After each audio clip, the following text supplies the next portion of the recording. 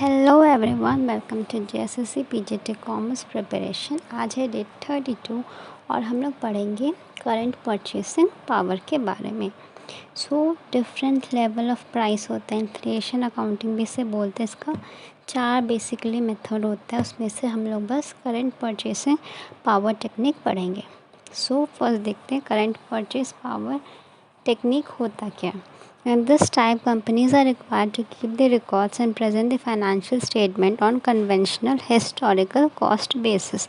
Accounting का बहुत सारा कॉन्सेप्ट है, उसमें से एक historical cost basis है, तो उसी को हम लोग कॉन्सेप्ट को इसमें लेते हैं। फाइनेंशियल स्टेटमेंट हम लोग historical cost पे रखते हैं।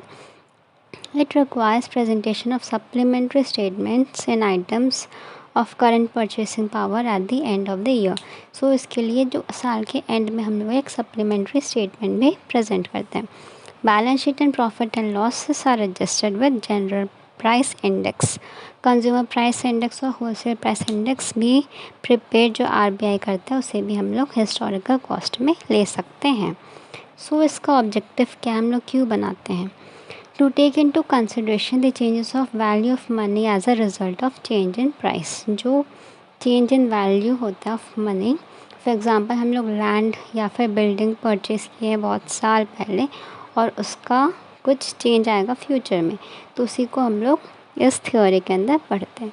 It helps to present financial statement in terms of unit of measurement of constant value when both cost and revenue have been changed। constant value रहता है, cost and revenue जो change होते रहता है, उसके अकॉर्डिंग हम लोग financial statement को देखते हैं। Now let's see what are the weaknesses। As it takes for general price index, it does not account for change in individual assets of the company। individual assets को हम लोग नहीं देखते हैं, हम लोग जनरल प्राइस इंडेक्स के according हम लोग वैल्यूज़ डाल देते हैं। They may be increase in GPI but decrease in asset. ठीक है, GPI मैं यहाँ पे शॉर्ट में लिख रही हूँ, जनरल प्राइस इंडेक्स है। अगर जनरल प्राइस इंडेक्स इंक्रीज़ हो गया बट अगर लैंड वहाँ पे लैंड शायद बहुत दूर जगह में, आउटस्कर्ट एरिया में, उसका यूज़फुलनेस कम हो गया है, तो एज़ हम लोग देखेंगे एसेट्स का वैल्यू डिक्रीज़ हो गया, बट GPI इंक्रीज़ दिखा रहा है, तो हम लोग उसको मान लेंगे कि वो लैंड का वैल्यू इंक्रीज़ हो गया, जो कि एक रॉन्ग कॉन्सेप्ट हो गया।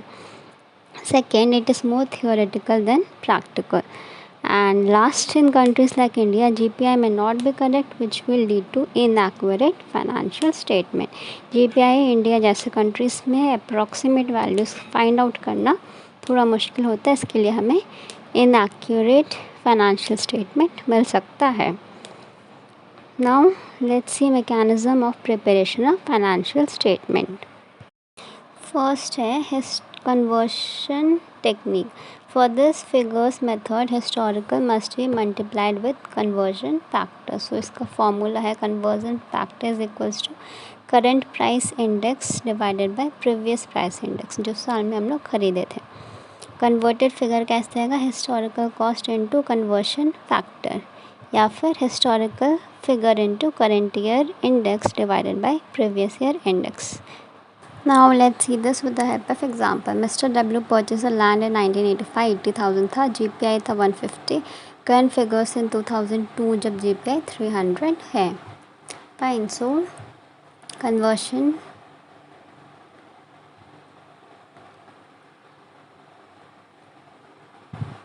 Conversion value is equals to current के 300 डिवाइडेड बाई GPI उस टाइम का था 150। आंसर भी 002। नाउ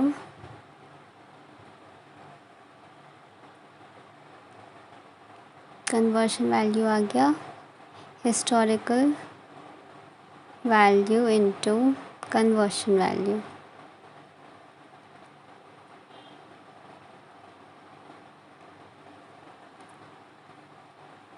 हिस्टोरिकल वैल्यू है 80,000 into 2। The answer will be 1,60,000। हाँ, ये होगा multiply. Fine. Now question 2। Mister A purchase a piece of land in 1985 for 50,000। GPI था 125। He sold the piece of land in 2002 for 1,05,000 when GPI was 300. Calculate profit or loss. So पहले निकालेंगे 2002 का.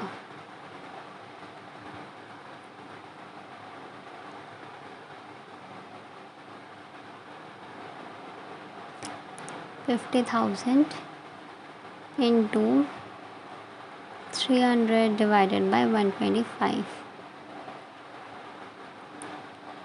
1,20,000. So 1,20,000 minus कितना में बेचे 1,05,000 में. So the answer will be 15,000. 15,000 का क्या हुआ, ये हमारा लॉस हो गया. Fine. Okay, now let's move on to example 3. A company held shares in XYZ company which is brought in 21,000 in 1982 when GPI was 105. At the end of 2001, market price of share was 18,000. GPI was 125. At the end of 2002, the market price of share was 20,000 और GPI है 130. Calculate CPP at the end of 2001 and 2. ठीक है, तो हम लोग निकालते हैं पहले 2001 का.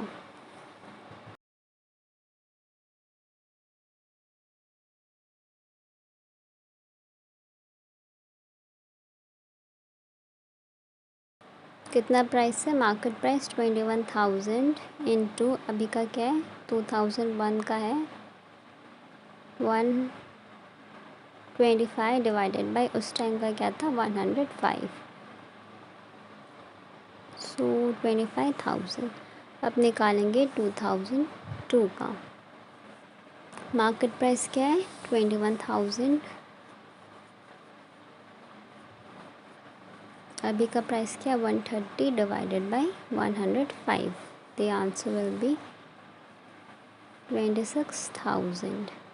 नेक्स्ट बी क्या है, under CPP accounting what gain और loss be shown in this respect. अब गेन और लॉस हमें इसके कॉन्टेक्स्ट में दिखाना है, ए के कॉन्टेक्स्ट में. फाइन. बी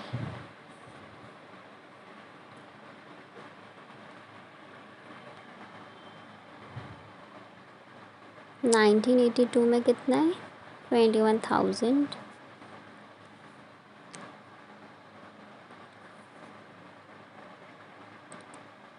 2001 में है हमारा मार्केट प्राइस ऑफ शेयर 25,000. तो ये हमारा लॉस दिखा रहा है ना. CPP कितना है 25,000. सो 25,000 माइनस 21,000, 4,000 का लॉस हो रहा है. नेक्स्ट 2002 CPP कितना है 26,000. लॉस हो रहा है 26,000 minus 21,000 minus 21,000 is equals to 5,000. And last क्या है, what is the actual gain और loss in purchasing power in respect of shares. Shares के कंपैरिजन में क्या है, value of market share. Value in 2002 26,000 आया CPP, वेरस हमारा मार्केट प्राइस ऑफ शेयर क्या है 2002 में 20,000 है ना. सो मार्केट प्राइस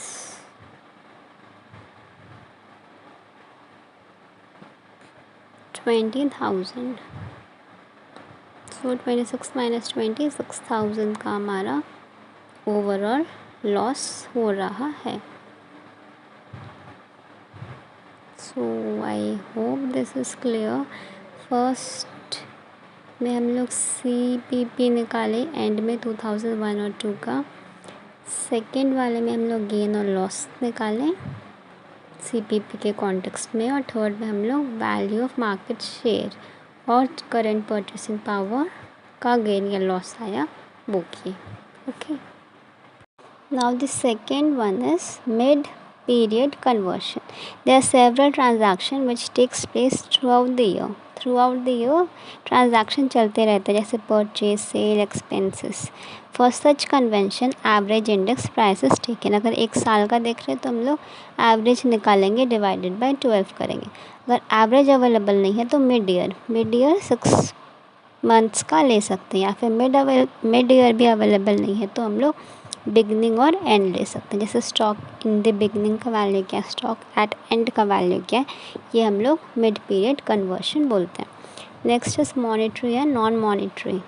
मॉनिटरी क्या होता है, money value account. These are account in which assets and liabilities are not subject to reassessment of the recording value owing to change in purchasing power of money.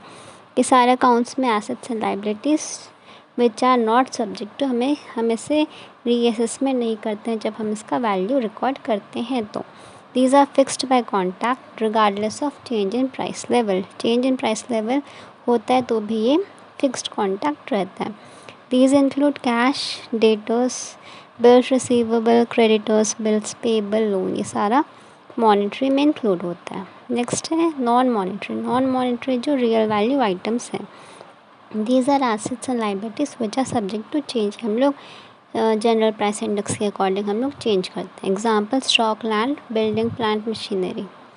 और इसमें हमारा जो difference आता है actual value और जो GPI से हम कनेक्ट करते हैं, कन्वर्ट करते हैं, उससे हम डिटरमाइन करते हैं प्रॉफिट और loss of the value of assets और लाइबिलिटीज़।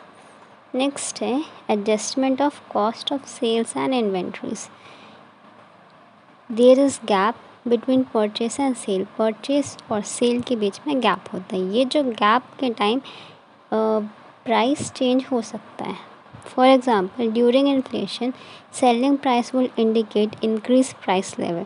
जब हम लोग सेलिंग इन्फ्लेशन के टाइम अगर हम लोग सेल करेंगे तो प्राइस लेवल इंक्रीज दिखाएगा, वेराज जिसका कॉस्ट रहेगा पहले के कंपैरिजन में वो लो वैल्यू दिखाएगा और अभी दिखाएगा हाई वैल्यू है।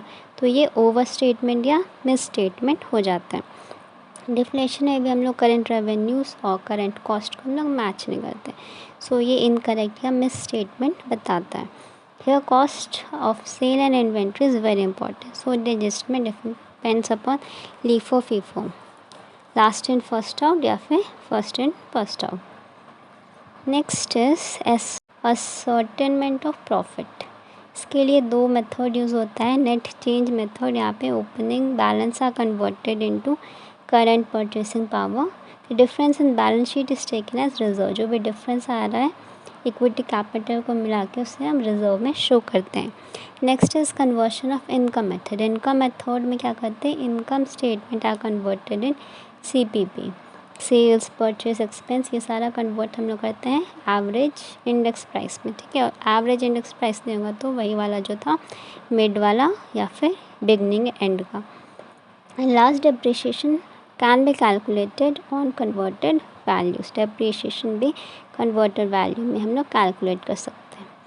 Now question, which of the following is the biggest limitation of CPP of accounting. सबसे बड़ा लिमिटेशन क्या है, यूजलेस मेथड है। नहीं, यूजलेस नहीं, हिस्टोरिकल कॉन्सेप्ट का अपना एक वैल्यू है। बेसलेस मेथड भी नहीं है। It does not provide any relevant information for the management, evaluation and use, ये भी बताता है। And D, the upward revaluation of assets by indexing will be increasing a value without the external evidence that would meet the need of prudence and realization। जो हम लोग revaluation of assets करते हैं general price index के methods, उसमें हम लोग individual assets को हम लोग रिगार्ड नहीं करते हैं। फॉर एग्जांपल दो कॉन्सेप्ट बता रहा है, जैसे रियलाइजेशन का कॉन्सेप्ट क्या बोलता है, रियलाइजेशन का कॉन्सेप्ट बोलता है कि एसेट्स का वैल्यू हम लोग रियलाइज़ तभी करेंगे जब वो सोल्ड या फिर डिस्पोज ऑफ हो गया। बट हम लोग इसमें भले वो सोल्ड या फिर डिस्पोज हो रहा है या नहीं, हम लोग CPP में GPI current general price index लेते हैं। सो रियलाइजेशन वैल्यू का है जब रियलाइज्ड करते हैं, एसेट्स लिक्विडेट हो जाता है कंपनी लिक्विडेट हो जाता है, सोल्ड या फिर सेल या फिर डिस्पोज कर देते हैं, उसमें ही हम लोग कुछ भी एसेट्स का रियलाइजेबल वैल्यू निकालते हैं। वैसे प्रूडेंस का कॉन्सेप्ट क्या बोलता है, जो भी एक्सपेंस या लॉस होगा वो भी हमें शो करना है, whereas in this theory हम लोग एक्सपेंस या लॉस जो पर्टिकुलर एसेट्स लाइबिलिटीज़ पे हो रहा है वो हम लोग शो नहीं करते। Fine, so option will be D. Now let's move on to another questions. Question 1, in inflation account what is inflation accounting. तो इन्फ्लेशन अकाउंटिंग क्या होता है, effect of inflation on financial statement. Question 2, which financial statement are mostly affected by inflation accounting? The answer is balance sheet. Question 3, which industries is mostly affected by inflation accounting? So inflation से कौन सा बहुत ज़्यादा effect होता है, oil and gas industry. Question 4, which of the following is limitation of using inflation accounting? Limitation इसमें से क्या है, it can be difficult to determine appropriate price index to use. हाँ, ये डिफ़िकल्ट होता है कि हम लोग कौन सा प्राइस इंडेक्स यूज़ करें। टाइम कंज्यूमिंग नहीं है, कंफ्यूजिंग नहीं है, हायर टैक्स लायबिलिटीज भी नहीं होगा। सो option will B A. Question 5, which of the following in the example of a long lived assets that can be affected by inflation. Long lived assets कौन सा है, land. Now here are few questions which you can do it yourself and do comment in the comment section. That's all for today. Keep learning. Thank you.